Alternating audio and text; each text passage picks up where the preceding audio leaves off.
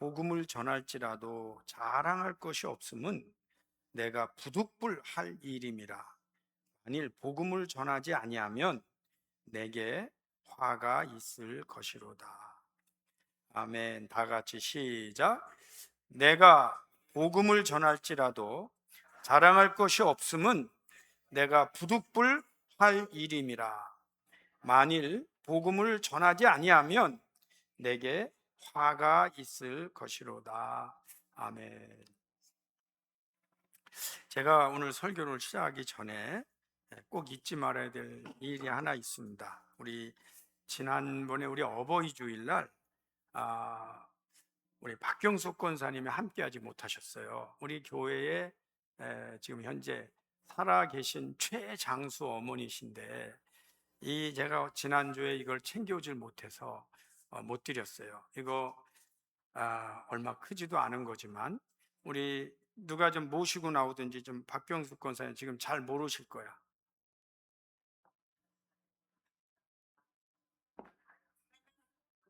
나와 보세요. 우리 어른들은 간혹 젊은이들의 격려와 박수를 먹고 건강을 회복합니다.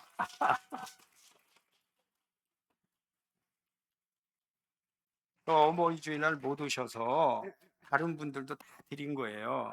근데 늦게라도 권사님 이렇게 건강해 주셔서 감사하고 이렇게 나와 주셔서 감사하고 또 딸이 같이 나오니까 좀 행복하고 지난주에 사위까지 같이 나와갖고 너무 좋았어요. 네, 우리 다시 한번 박수로 격려합시다. 안녕하세요. 네. 네.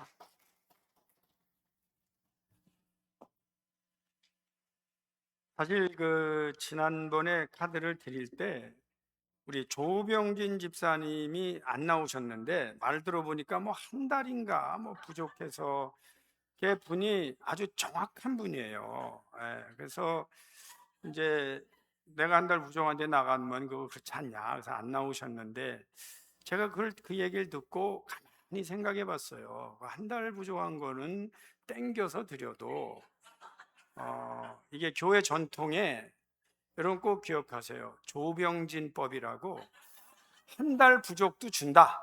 요게 이제 생긴 거예요. 조병진법. 예, 그래서 사실은 먼저 드렸더니 그래도 좋아하시대. 제가 왜 이걸 말씀을 드리냐면 좋아했다는 게 아니고 실습이 되셨다. 그걸 공인하는 거예요. 공인하는 거. 다른 분들은 안 됐나 보다. 그러고 그렇게 무시할까 봐 제가 이렇게 분명히 말씀을 드리는 겁니다. 감사를 드리고요.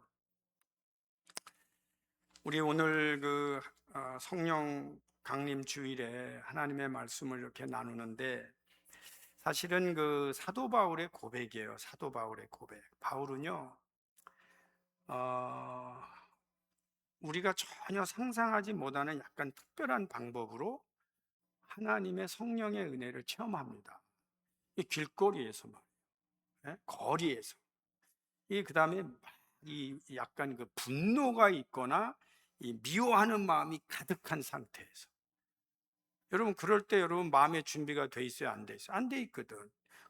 여기 기도하다 은혜 받았다면 이해가 가지만 누구를 잡기 위해서 막 쫓아가면서 이게 이제 고꾸라지는 거죠. 특별한 은혜를 이 사도 바울이 받았어요. 근데 제가 이 성경 본문 말씀과 전체적으로 보면서 오늘 바울이 이런 표현 한단 말이에요. 내가 복음을 전할지라도 자랑할 게 없다. 자랑할 게 하나도 없다. 그리고 나는 부득불 해야만 한다. 난 이거 안 하면 안 된다. 만약에 내가 복음을 전하지 않으면 내게 화가 있을 것이다. 이런 고백을 했단 말이에요. 가만히 보면 바울이 자기가 예수 믿고 은혜 받고 이제 이게 자기 삶을 되돌아볼 거 아닙니까? 사람이. 여러분 여기 나온 분들이 다 자기 인생 되돌아봐요. 근데 바울은 제가 볼 때 아주 뚜렷한 두 가지의 특징을 가지고 있어요. 이때가 20대 중반이었단 말이야. 그렇다면 바울은 굉장히 탁월한 젊은이였다는 거예요. 여러분, 유대 사회에서 너 누구 잡아도 돼라는 영장을 발부받을 정도면 공인받은 사람입니다. 바울이 그 영장 발부가 없이 그냥 가면 그건 폭력이죠. 근데 바울은 공식적인 영장을 발부받고 하는데, 그때가 20대 중반이라면 이분은 탁월한 분이었다는 거예요. 그리고 그 정도 여러분 탁월한 사람이 열심히 살았죠. 그래서 바울은 똑똑하고 되게 열심히 산 사람이에요. 근데 자기가 가만히 인생을 가서 꽈당 하고 이제 예수님 만나고 나서 자기 인생을 되돌아봤는데, 나중에 바울 서신에 죽이는 것, 살리는 것 이런 용어가 나와요. 근데 바울은 이렇게 생각했을 것 같아. 야, 내가, 여러분 중요하죠. 그렇게 열심히 했는데 결국은 죽이는 일에 열심을 했구나. 사람 죽이는 일에 뭐 어떻게 보면 당장 이렇게 킬링하는 건 아니에요. 그러나 길게 보면 이게 사람이 결국은 이제 다른 사람들에게 이게 율법도 철저히 지키는 것 같지만 사실은 죽이는 거거든요. 그러니까 육은 죽이는 거야, 영은 살리는 거야. 이런 구분을 바울이 분명히 하는 거는 자기가 육적으로 사는 거예요. 인생을 막 육적으로 열심히 똑똑하게. 근데 보니까 이게 그렇게 열심히 살으면 다른 사람에게도 도움이 되고 인류에도 도움이 되고 자기에게도 유익해야 되잖아요. 근데 이게 어떻게 된 건지 죽이는 일에 다 열심히 한 거야. 그러니까 이분의 그 편지 내용에 보면 살리는 영이라는 표현이 계속 나와요. 할렐루야. 그러니까 이제 되돌아볼 때, 야, 내가 이게 죽이는 일을 여지껏 했구나, 이걸 깨달았을 거다. 안 깨닫고는 그런 용어를 쓸 수가 없어요. 두 번째로, 그러고 나서 그분이 분명한, 이제 지금 막 이제 예를 들면 이런 거예요. 내가 잡아야지. 예, 달려가는 건 똑같아. 어떤 목표를 향하여 달려가는 건 똑같아. 예수 믿는 사람 잡아야지. 그 속도도 뭐 더 빠르면 빠르지 줄지 않았어. 근데 완전히 방향이 바뀐 거예요. 그게 뭐냐? 여기는 복음을 전하는데, 그전에는 사람을 잡는데. 근데 이 속도가 줄지 않고 더 열심히 똑똑한 거 다 사용해. 이거 안 버리세요, 하나님이. 근데 목표가 바뀐 거예요. 목표가. 그게 뭐냐? 살리는 일에, 복음을 전하는 일에 이분이 인생의 대변화가 일어난 인생을 사는 겁니다. 저희가 은혜를 받는다, 예수를 믿는다는 게 뭐냐? 일단 자기 인생을 되돌아보는 거예요. 내가 뭐를 위해서 이렇게 사나? 뭐를 위해서 사나?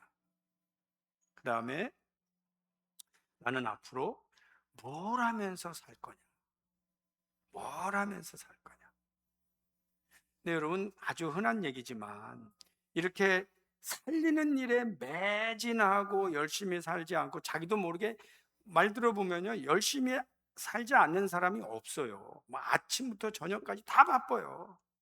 근데 뭐 때문에 그렇게 열심히 사느냐? 이거는 물어봐야 돼요. 물어봐야 돼. 그런데 그 예수 믿고 나서 예수님 만난 거예요, 이게 이분이. 근데 저는 이걸 뭐라고 표현하느냐? 신비한 영적 체험을 한 거예요. 신비한 영적 체험. 그러니까 사도행전의 성령 강림도 영적 체험이지만 바울은 인생의 도상에서, 길에서 영적 체험을 한 거예요. 사랑하는 성도님 여러분, 여러분들 우리 교인 중에 단 한 명도 열심히 살지 않은 분은 안 계세요. 저는 그런 면에서 여러분을 사실은 존경해요. 열심히 살아요. 근데 또 묻는 거예요. 무엇을 위하여? 살리는 일에 여러분 열심히 살 수 있는 은혜를 받으시기를 축원합니다. 근데 이 자기도 모르게 죽으린 일에 열심히 분들 있잖아요. 공통점이 있어요. 이건 꼭 기억하는 게 좋습니다. 인생의 말년에 이 너무 열심히 죽이는 일을 하고 살다 보면요, 자기도 죽어요. 그러니까 육신적으로 죽는 게 아니고 주위에 있는 사람을 다 죽여요. 그래서 이게 원래는 너무너무 중요한 일이에요. 그런데 살리는 일에 열심으로 사는 분들은 주위에 있는 사람 다 살려요. 이것도 너무너무 중요한 일이에요. 주위 사람이 살아야 돼요. 가족이 살아야 돼요. 나를 그렇게 살고 있는 나를 보고 있는 사람이 살아야 돼요. 제가 이번 주에는 저는 사실 이 공식적인 모임에 잘 안 가요. 이게 갈 시간도 없고. 근데 이번에 좀 꼭 부탁도 하고, 또 제가 너무 이 관심이 있는 한 분이 어떤 이제 모임을 한다고 그래. 그래서 제가 이제 그분이 왜 관심이 있냐면, 여러분 들어본 얘기예요. 아멘이다라는 그 양론역이 토론토에 있어요. 전 못 가봤어. 있죠. 그거가 원래는 밴쿠버에. 근데 이제 그거를 설립한 분이에요. 근데 그분의 이야기는 내가 이렇게 알고 있었지만 이번에 더 아는 거죠. 그분이요, 칼리지하고 대학을 포함해서 40개를 운영해. 아, 놀래지도 않네. 칼리지 하나만 있어도 이게 엄청난 겁니다. 2년제. 근데 대학을 포함해서 칼리지를 40개를 운영하고요, 양로원들을 지금 세우고 있어요. 그 다음에 이분이 지난번에 밴쿠버에서 또 계속 했대. 근데 이제 그 조셉 정 장학금인데, 제가 이제 그분 이야기를 왜 아냐면, 그분의 아들이 이제 조셉이라는 아이가 약간 그러니까 이제 핸디캡이죠. 여러 가지 정신적으로나 신체적으로. 그러다가 이제 그 아이가 이렇게 죽었어요. 수영장에서. 이제 이분이 뭐 인생에 막 대연제 많은 이제 변화도 있고 체험도 한 거예요. 근데 사실 이분이 중학교 때 미국에 온 이 아버지가 목사님이세요. 목사님인데 이분이 뭘 하냐면 개척교회 목사가 얼마나 어려운가. 그 다음에 특히 자기가 개척교회 목사로 자라면서 이게 이제 소위 그 아이덴티티 크라이시스, 영적인 거, 고난, 뭐 재정적인 너무 많이 겪은 거예요, 이분이. 그런데 아버지가 그러셨대요. 이 정신을 물려준 거예요, 정신. 너 이 다음에 네가 목사님들이나 선교사님들 꼭 도와라. 그러니까 이분이 그걸 받았어, 사명으로. 그리고는 지난번에 몇 년 동안 밴쿠버에서 매년 한 사람당 2,500불씩 100명에게 장학금을 준 거예요. 놀라지도 않으니까 얘기할 재미도 안 나지만, 이번에 왜 와서 그걸 했냐? 지난번에 온타리오에서 했더니 60명 남짓 신청했다는 거야. 우리 저 김현선 목사님 잘 들으세요.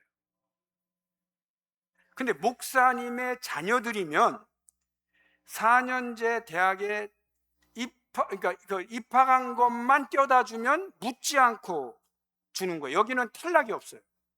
내가 너무 기분 좋아서, 내 차영지 장학금 탈락이 없거든. 근데 나는 왜 탈락이 없느냐? 제가 여러분 여기 와서 토론토 대학 다니면서 얼마나 누가 나한테 돈 100불을 안 줘. 너 책 사봐라. 그러니까 내가 장학금을 구해야 되는데 이게요, 탈락을 많이 해요. 그럴 때 여러분 장학금 하나 받기 위해서 추천서 2개 받아야 되거든. 그럼 교수님들 찾아가서 추천서 써달라고 그래. 그 다음에 또 하는 게 너 계획서 쓰라고 그래. 그러면은 그런 거를 갖다 주고도 여러분 탈락하는데, 제가 5개 신청하면 하나 될까 말까 하고 탈락해요. 야, 이게 인건비도 안 나오고 이게 무슨 장학금을 준다 그러고 이렇게 사람을 좌절시키나. 나도 이 다음에 그러면 장학금 주겠다. 첫째. 두 번째, 탈락 없다. 묻지 않고 주겠다. 이런 마음을 가진 거죠. 근데 그분을 만난 거예요, 내가. 너무 반갑죠. 제가 여기 갤러리아 장학금 장학재단에서 제가 심사위원도 했어요.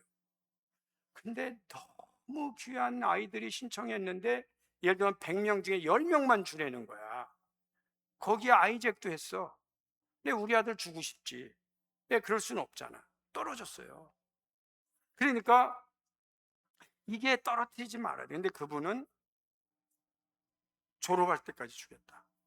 그러니까 대학만 가면, 입학하면. 근데 온타리오가 60여 명밖에 안 해서 이번에 목사님들 다 모아놓고 더 오라고, 더 주기 위해서 모임한 거예요. 그래서 제가 배우려고, 그분에게 배우려고, 도대체 저분이 누구냐 하고 그 모임에 참석을 했던 거예요.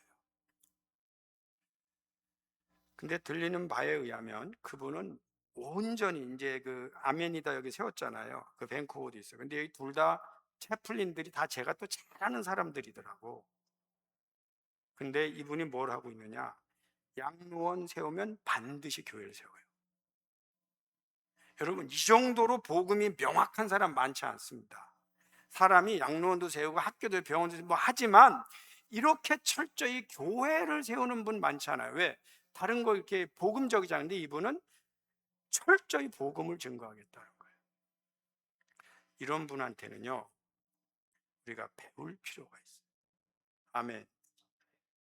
이분은 왜 이런 생각하느냐? 예수님을 자기가 방황하다가 20살 때 만났대. 목회자들인데 20살에 그전엔 반항하겠죠.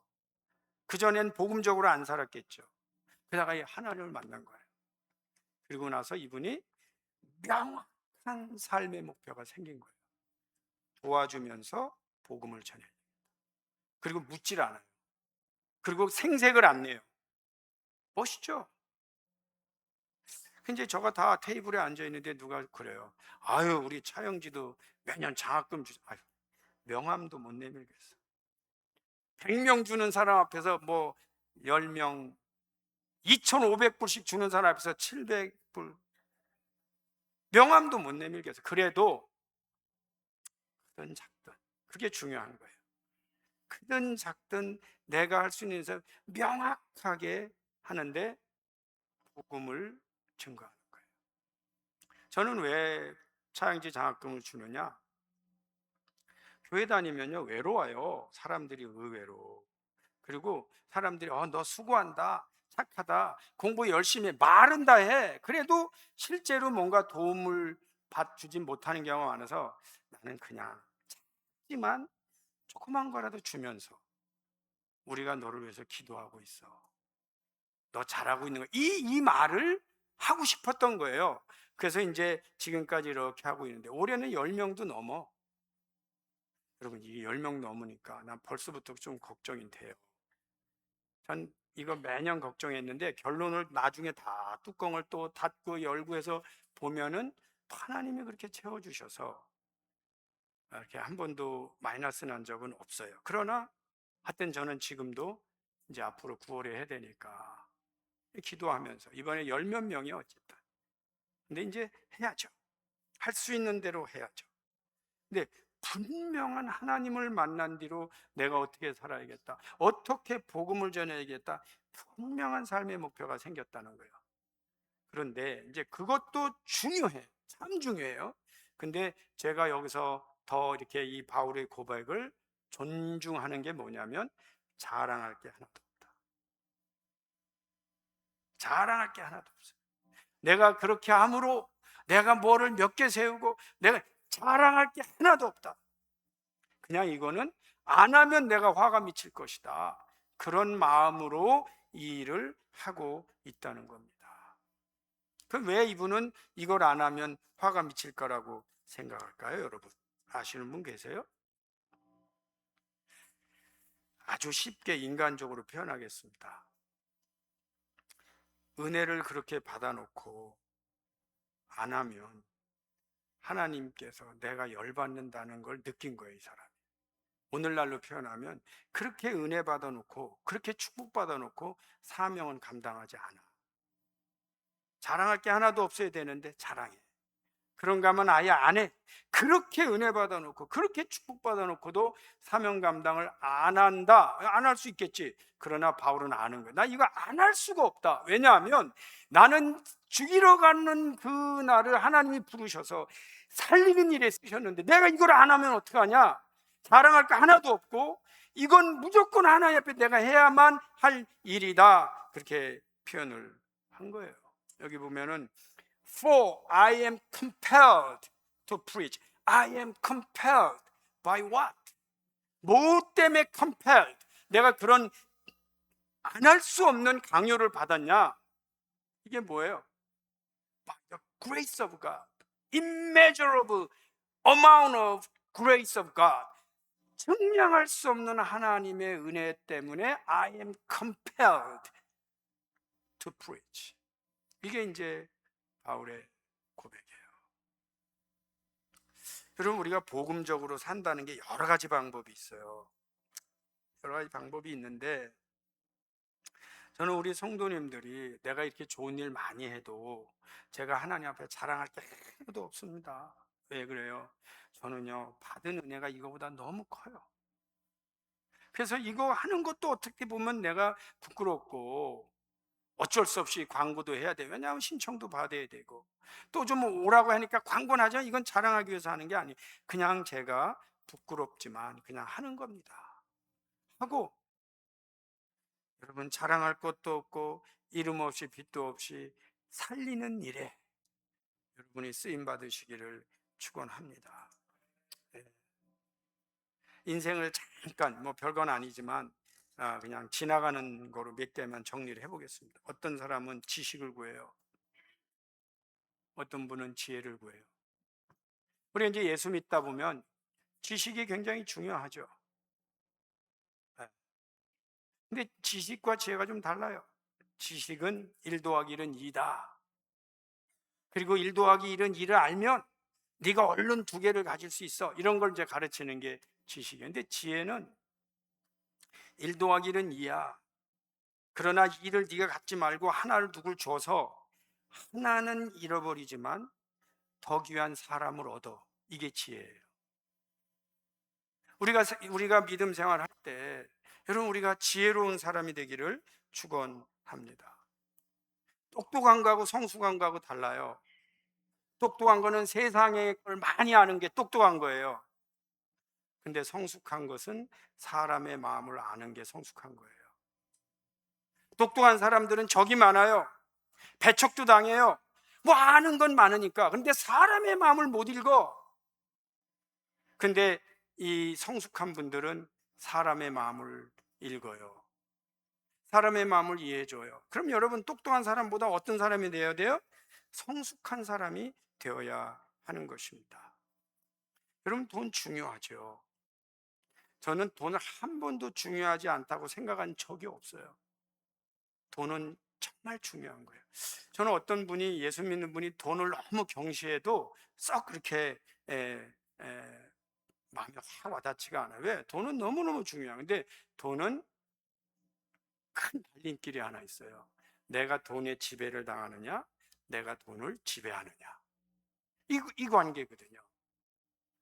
그런데 저도 이렇게 보면 이게 뭐 좋은 얘기는 아닌데, 우리 아들은 2세 목회자예요. 강박관념을 느끼는지 몰라. 근데 애가 도와주지도 못해. 근데 제가 정말 하고 싶은 얘기는 있죠. 야, 그거 하나님이 먹이셔. 네가 온갖 고생 다 하고 그거 맨날 이매진하면 피곤해서 못 산다. 근데 요즘 애들은 그게 계산이 내추럴리 되나 봐. 그래서 저희 때는 그래도 이렇게 막 익스펜스가 많이 들어가는 거 이거 없이도 그냥 살았어요. 그냥 살았다고.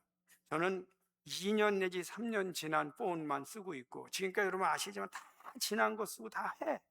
뭘 또 이렇게 새로 살 여유가 없어. 그래도 다 살았어. 근데 요즘 애들은 또 그게 잘 안 되나 봐. 여러분, 다른 사람 다 가지고 있지만 난 못 가진 것도 많아요. 그런데 그것도 필요한가 봐. 그러니까 이게 강박관념이 있어요. 내려놓으라고 하고 싶어. 다 내려놔야 된다. 하나님 일하려면 그거 생각하면 일 못한다. 그래도 자기는 또 자기대로 최소한으로 하겠지. 근데 이제 마음에 돈을 지배해야지. 돈의 지배를 받으면 안 돼. 근데 이게 알아듣나? 지금은 못 알아들어요. 지금은 내가 알기로 못 알아듣고 저를 원망할지도 몰라요. 여러분, 우리가 인생을 살 때 이게 내가 참 하나님 앞에 이제 돈을 벌길 원하는 사람은 여기 바울의 말씀 중에 이런 말씀이 있어요. 그 아까 우리 봉독해드린 말씀인데, 17절 18절에 내가 내 자의로 이것을 행하면 상을 얻으라. 상을 얻어. 내가 자의로 아니한다 할지라도 나는 사명을 받았어요.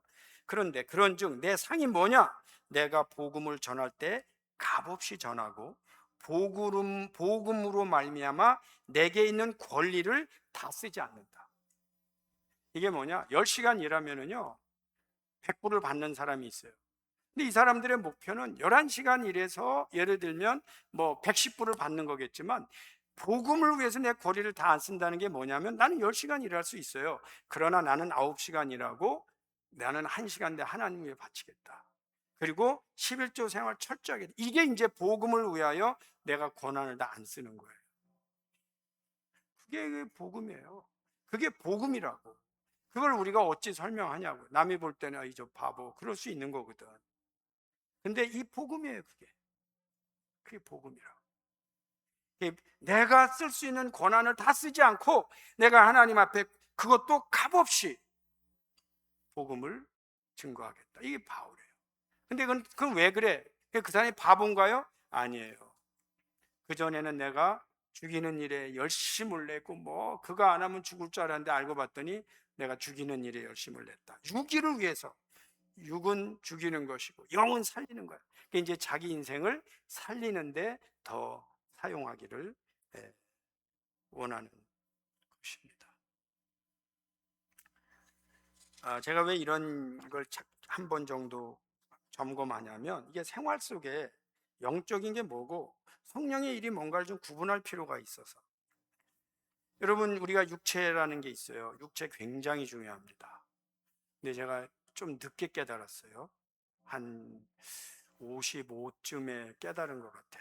그전엔 잘 몰랐어요. 별거 아니에요. 육체도 되게 중요한데, 육체적 건강이 되게 중요한데 정신적 건강이 참 중요하다는 것을 한 55쯤 돼서 깨달았어요. 제가 뭘 깨달았냐면요, 육체는 이렇게 맞으면 여기가 아파요. 근데 정신을 맞으면 소리도 안 나요. 그리고 여기는 딱 못이 한번 하면 여기 피가 나요. 근데 정신에 못이 박히면 피도 안 나요. 그러니까 사람들이 못 봐요. 소리도 안 났어요. 근데 알고 봤더니 정신에도 피가 나는 거예요. 그걸 본 거예요, 제가. 그걸 체험도 했고. 이 정신도 데미지를 입는구나. 중요한 거구나. 이걸 우리가 너무 방치하고 사는구나. 여러분, 우리가 하나님 일한다는 거, 예수 믿는다는 거요, 여러분, 육체적인 건강 제가 아까 강조했지만 맞아요. 근데요, 실제적으로 많은 부분이 정신적인 건강에 하나님의 보호를 받는 것을 의미합니다. 그리고요, 고침을 받아요. 정신적인 건강에. 거기에 왜 그러냐? 영적인 일이 결부되어 있기 때문이에요. 여러분, 은혜를 받으면, 성령을 받으면 정신적인 충격도, 정신적인 병도 치유를 받는 줄 믿습니다. 그게 있는 거예요. 그래서 어떤 때는 많은 분들을 기도해 줄 때 육체적인 부분도 있어요. 그러나 정신적인 부분도 제가 기도하게 돼요. 기도하게 돼요. 어떤 때는 앉아서 받는 분들 있지만 마음 같아서는 그냥 하나님 앞에 완전히 엎드리라고 하고 싶어요. 정신적으로 하나님 앞에 다 내려놓고. 지금 문제는 이 영적이고 정신적인 부분의 치유를 받으라고 하고 싶어. 그만큼 중요한 부분이 우리에게 있습니다.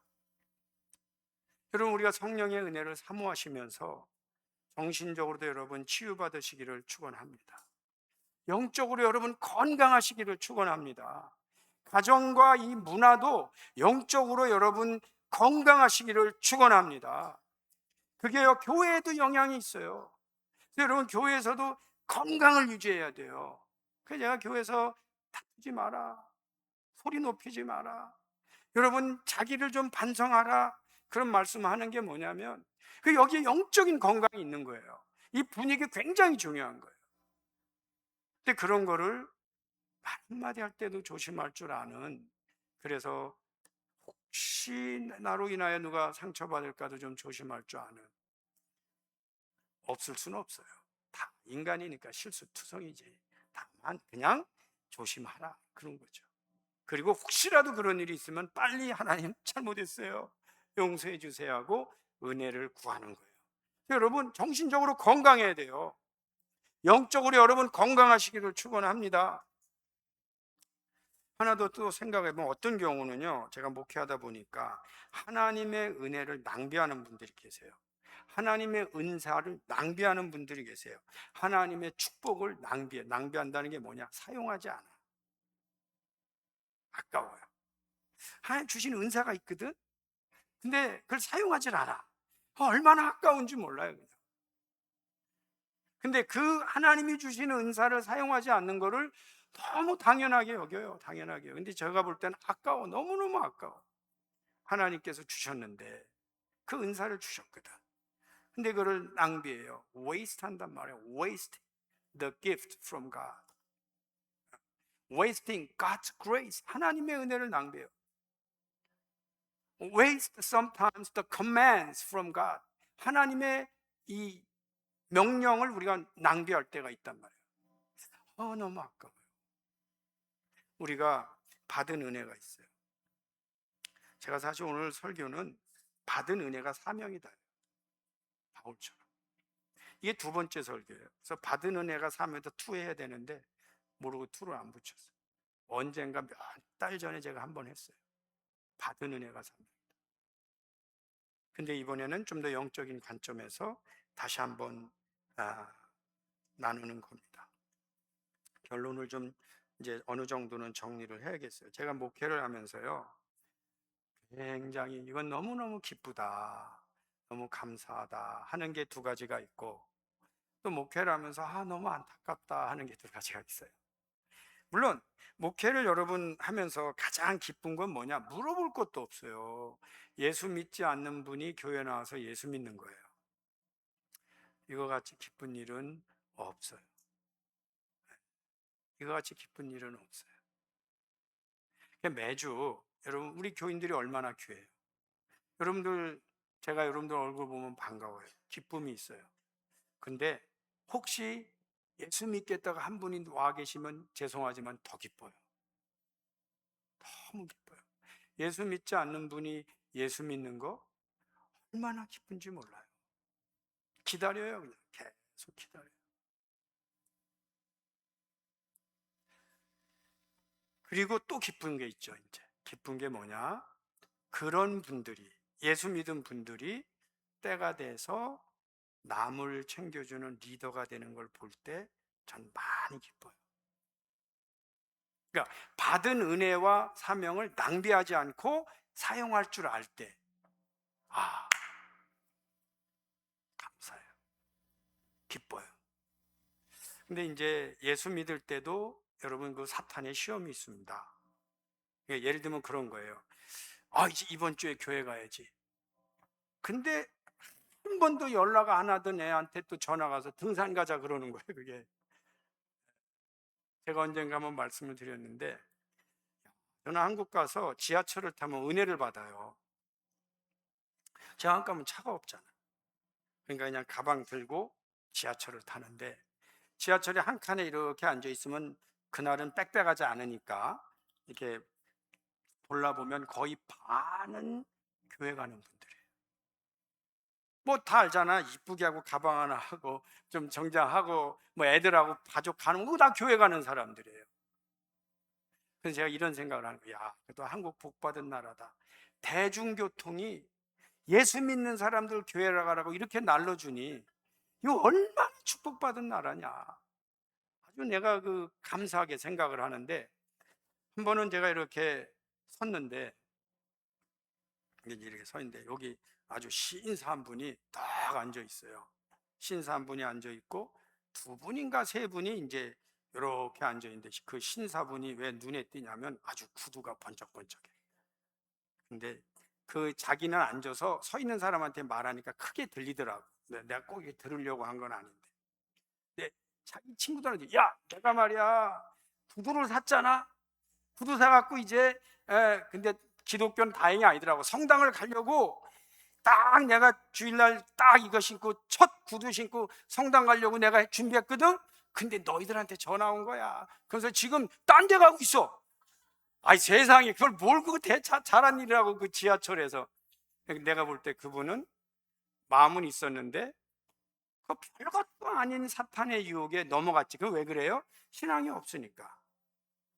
신앙이 없으니까. 근데요, 아까 말씀대로 예수 믿잖아요. 그리고 하나님 일하려고 하잖아요. 그때부터는 센 놈들이 달라듭니다. 그때는요, 이런 이 정도는 근처도 안 와요. 걔는 우리가 건드릴 상대 아니다. 근데 정말 예수 믿고 이제는 내가 믿는 정도가 아니다, 내가 교회에 가는 정도가 아니다, 이제 내가 가서 사명을 감당해야 된다고 할 때부터는 이쪽 사탄들도 간부급을 내보내요. 걔 슬슬 근데 걔 꿈쩍도 안 해. 그래갖고 특공대급, 간부급. 그래서 세게 나옵니다. 이게요, 거의 예외가 없어요. 예외가 없어요.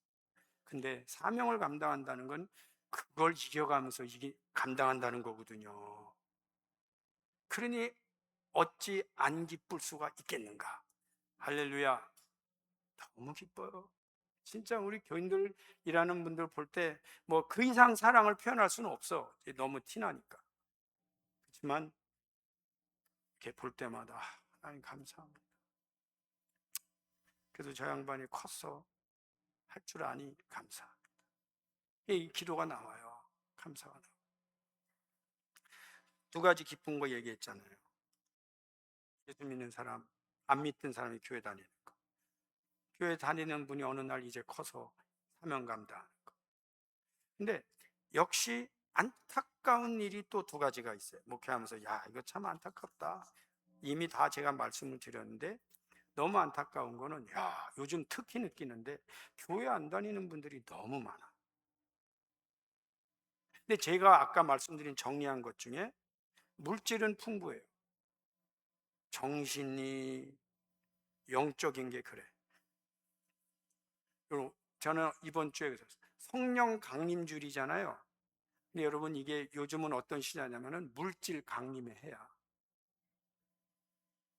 많은 사람에게 물질을 주는 거예요. 근데 이 물질에 사람들이 이제 어떻게 보면 젖어들고 눈이 멀고 맛을 즐기는 거예요. 거기에 자꾸 빠져들어요. 그리고 마치 나만 막 이렇게 못 사는 게 아닌가, 뭐 그런 어떤 강박관념에 빠져요. 제가 여러분 1 더하기 1은 2라고 아까 수학을 하나 했죠? 한 번 더 할게요. 여러분 1 더하기 1은 2인데 내가 3개를 가지고 있어요. 그럼 많아요, 적어요? 많다고 말합니다. 근데 내가 옆에 있는 사람 보니까 4개를 가지고 있어요. 많아요, 적어요? 적다고 느낍니다. 그런데 나는 이미 1 더하기 1보다 더 가졌음에도 불구하고 4를 가지고 있는 사람을 보자마자 내 건 적다고 느끼는 건 왜 그래요? 인간이 그래요. 1 더하기 1만 가져도 먹고는 살게 된 구조인데도 불구하고 거기에 하나를 더 받았으면 감사해야 되는데 왜 나는 3개밖에 없지? 왜 쟤는 4개가 있지? 이러면서 우리가 살아가면 끝도 없는 거예요. 자꾸 거기에 비교하는 거예요. 그리고 거기에 잠깐, 여러분 물질 추구하세요. 최선을 다해서 보세요. 그러나 내가 자랑할 것이 하나도 없이 하나님의 은혜의 복음을 전하는데 여러분이 쓰임 받으시기를 축원합니다. 그게요, 진짜 복 받는 길이에요. 진짜 복 받는 길. 아까 말씀드린 가장 안타까운 건 예수 믿지 않는 분들이 너무 많아요. 저희들이 자꾸 예수 믿게 만드는 게 필요합니다. 그래서 그래도 교회 다니니까 좋네, 이런 마음들이 주위에서 느껴져야 돼요. 그 교회 다니는 사람들이 가족 중에나 회사에서도 그 교회 다니는 사람들이 좋네, 교회 가자, 뭐 갑시다. 여러분들 영향력이 있어야 돼요. 교회 다니는 사람이 자꾸 많아져야 돼. 그래도 옛날에는 이렇게 캐나다 여기 이민자들 가운데 믿는 분들 많이 들었어요. 근데 요즘 오는 분들은 안 믿는 분들도 많아. 그 옛날에는 그냥 믿든 안 믿든 이민 오면 또 교회를 찾았어요. 근데 요즘은 안 찾는 분들이 많아요. 오히려 교회에 붙잡힐까 봐 피해 다니는 사람이 있어요. 그리고 얼마나 발전했는지 나는 놀랬어요. 옛날에는 그래도 큰 소리 쳤거든. 누가 오면 커피 한 잔 마셔가면서, 야, 토론토는 어떤 도시고 뭐 온타 뭐가 내가 좀 아는 척했어. 근데 요즘은 구글로 다 알아갖고 내가 모르는 지점까지 다 알아. 뭐 아는 척을 할 수가 없어. 그분들 말 들어보면 We don't need you, don't bother me, 뭐 그런 태도라. 이 복음 전하기가 점점 어려워져요. 그럼에도 불구하고 우리가 해야 돼. 바울처럼 내가 이 복음을 전하지 않으면 화가 미칠 것이다. 하나만 더 결론입니다. 무엇이 그렇게 안타까우냐? 아까 드린 말씀이에요. 이미 은혜를 많이 받은 분들이 이 은혜를 사용하지 않아. 그러니까 받은 은혜가 사명인데 받은 은혜는 받았다 치고 이렇게 돼 있는 거예요. 지금 받은 은혜가 사명이에요.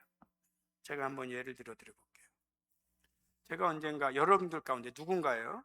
내가 아까 말씀드린 정신적인 충격을 받았어요. 근데 내가 예수 믿고 나서 정신적인 부분이 얼마나 중요한 걸 알았어요. 그리고 나서 야, 이렇게 했더니 은혜가 되고 이렇게 했더니 극복했고 이게 그걸 아는 거야. 그럼 이분은 그 은혜를 받았잖아. 정신적인 부분에 회복받는 은혜를 받았는데 이분이 딱 눈 떠보니까 그런 분들이 보이기 시작해요. 그게 사명이라는 거예요.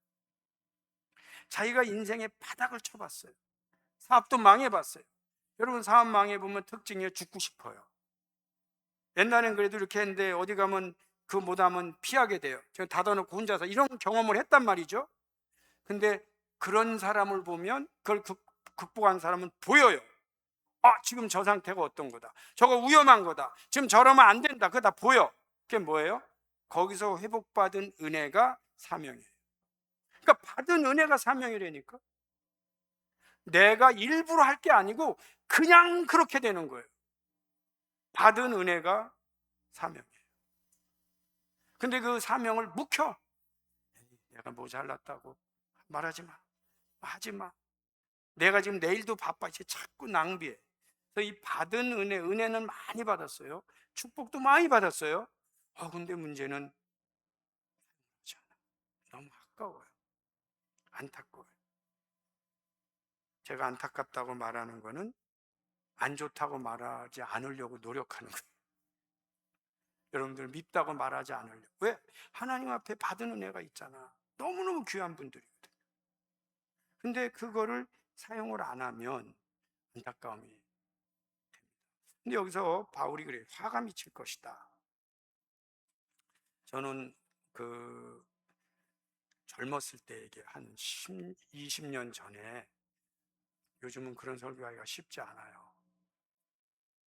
근데 제가 그때 그 설교를 했어요.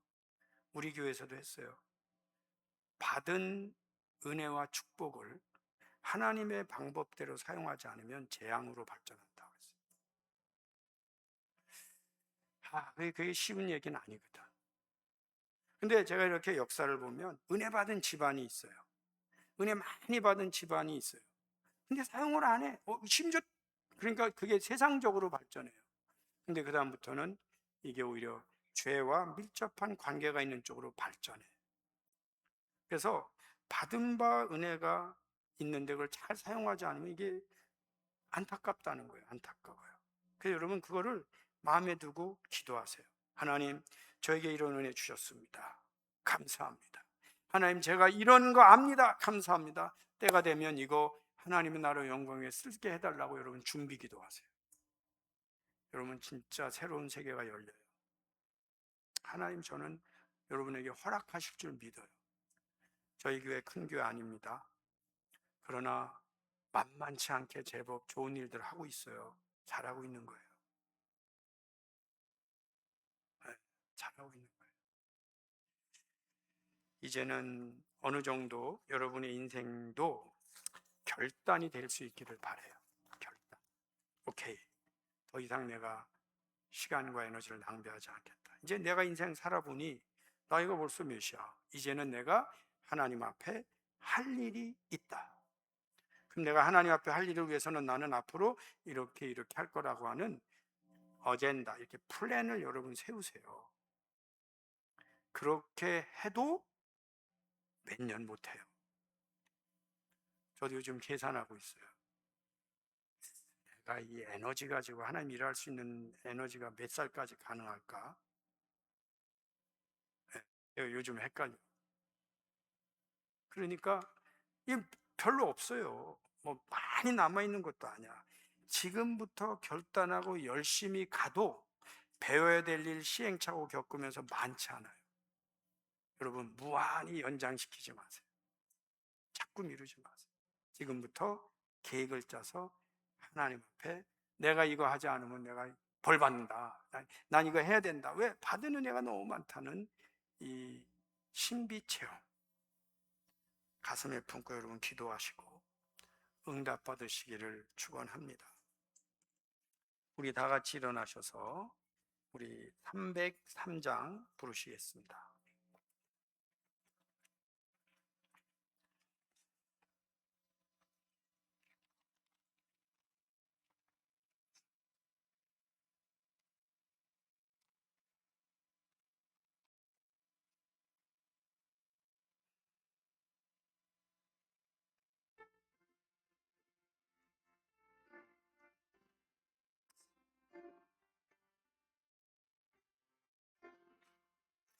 날 위하여 십자가에 중한 고통 받으사 대신 죽은 주 예수의 사랑하신 은혜요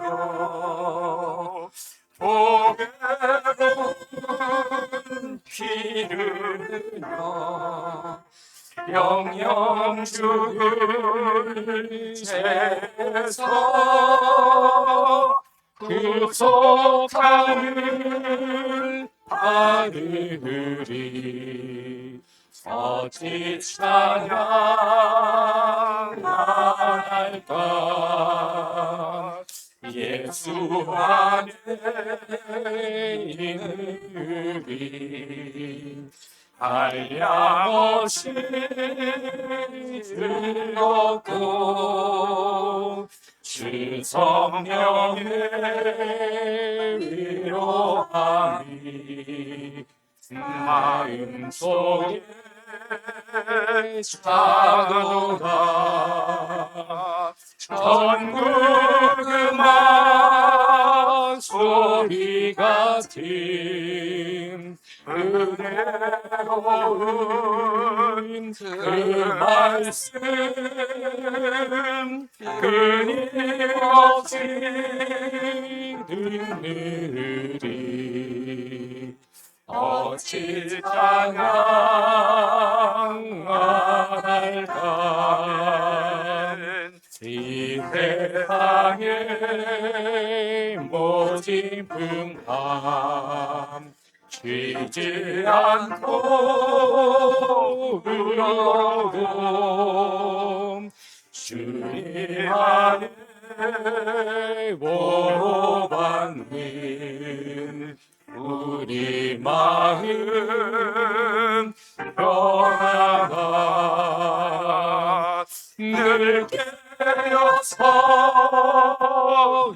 기도하고 저 천국을 바라며 주님만을 기다리니 어찌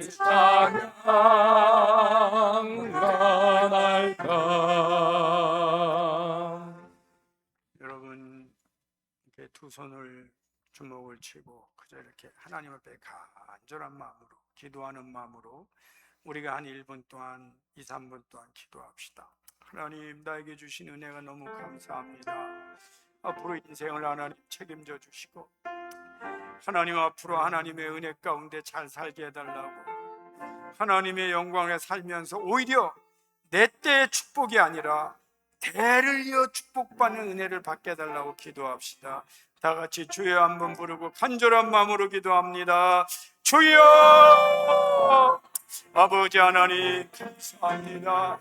우리 사랑하는 성도님들을 사랑하셔서 내 대뿐만 아니라 대를 이어 은혜 받고 대를 이어 축복받을 수 있는 은혜를 받는 종들이 다 되게 하여 주옵소서. 우리가 간절히 하나님 앞에 기도합니다. 지금 힘들고 어려운 일이 있지만 낭망하지 않게 하시고 하나님 앞에 영광 올려드리며 기도하게 하시고 이 은혜 받고 이 사명 감당하며 더 큰 은혜를 하나님 앞에 올려드릴 수 있도록 우리를 사용하여 주옵소서. 우리의 마음을 사용하여 주옵소서. 우리의 정신적인 건강과 영적인 건강을 사용해 주옵소서. 하나님의 나라와 영광을 위하여 쓰임받게 하여 주옵소서. 받은 은혜와 받은 은사와 받은 축복을 하나님의 나라 영광을 위하여 사용하게 하여 주옵소서. 하나님 감사합니다.